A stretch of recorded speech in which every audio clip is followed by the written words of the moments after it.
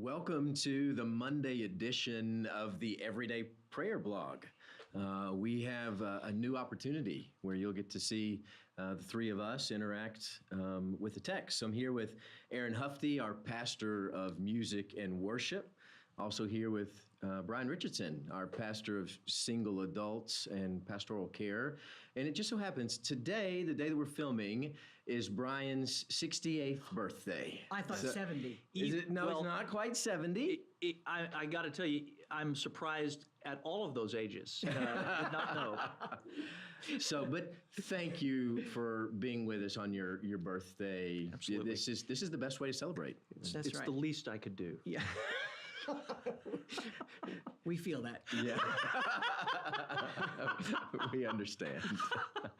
So with Bryan's birthday out of the way, he asked us to put that in there.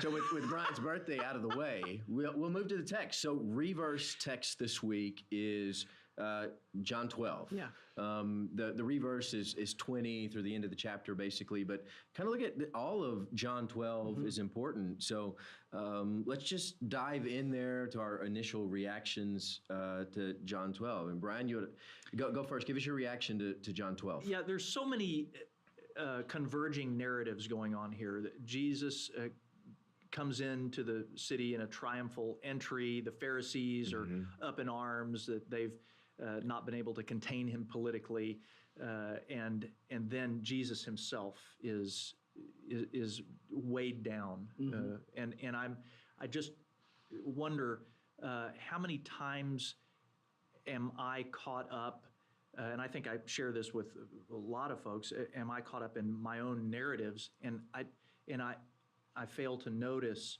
what God is noticing, how Christ is responding to these situations.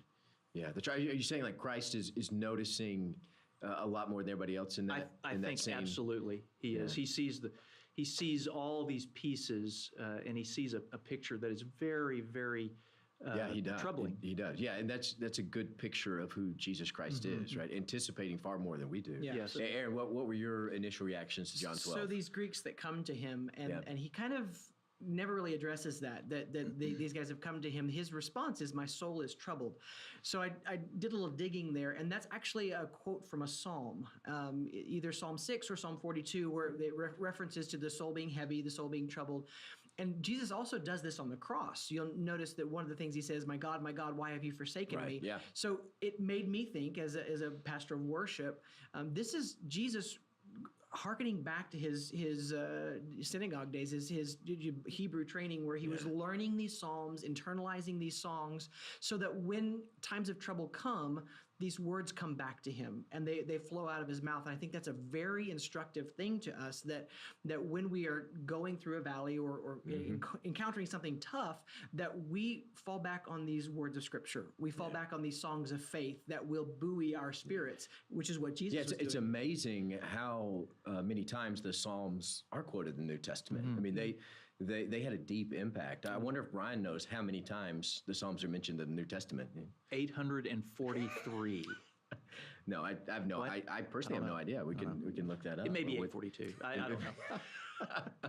That's right. But that's Jesus did perhaps even have all of those memorized. I had a professor at seminary that thinks that Jesus had the Old Testament memorized, but the point is that he did go back to these things because they followed the rhythm of his life. Absolutely. And he read them not as inspirational little quotes, but he read them to track that time and rhythm of his life. Absolutely.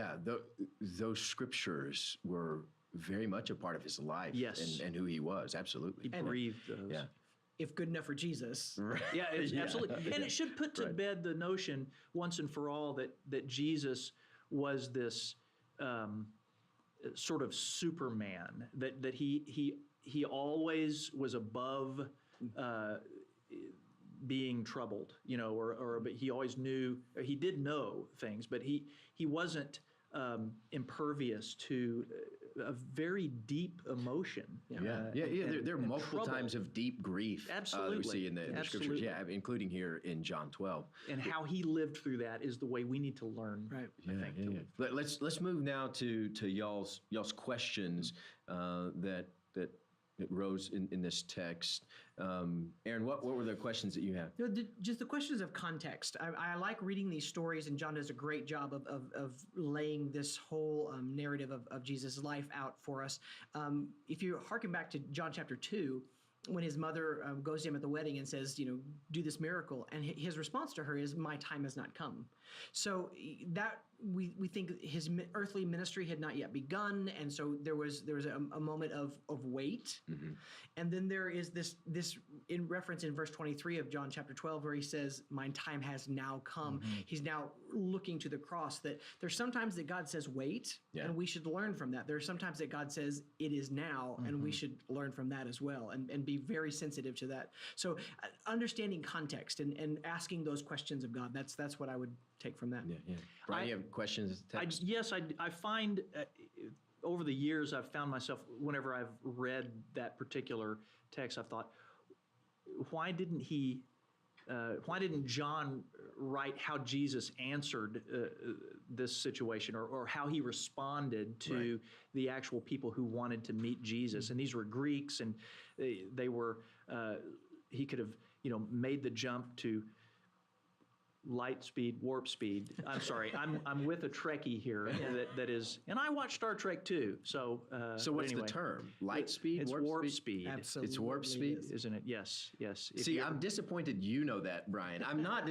I knew Aaron knew that. I'm disappointed you know that. I'm sorry. I've been To this we've influenced. come.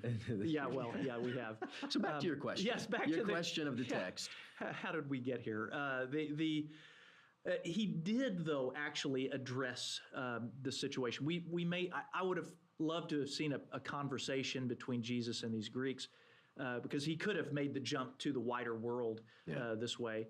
But he was saying, this is how it's going to happen. It doesn't just, my fame doesn't grow really like we think of that. Yeah. It is I who must die. A seed falls into the ground and dies. Yeah. And this is back to that sobering reminder of this is the price that must be paid. Yeah, the cross is always on the horizon. Yes, that's right. Yeah. That's absolutely right. Well, thank you for coming to John 12 with us today. The real blog starts tomorrow. We do hope you continue to come to the blog. The rest of the week, it will continue like it normally does with our written blog. Just saying. Aaron's is tomorrow. Yeah, Aaron's is tomorrow. How convenient. How convenient is that? Bryan, what day is yours? My day is Wednesday, but nobody cares. That's right. No, but we're gonna come to the text every week, and we're gonna come to the text and try to see what God's doing in our lives through that text. So thank you.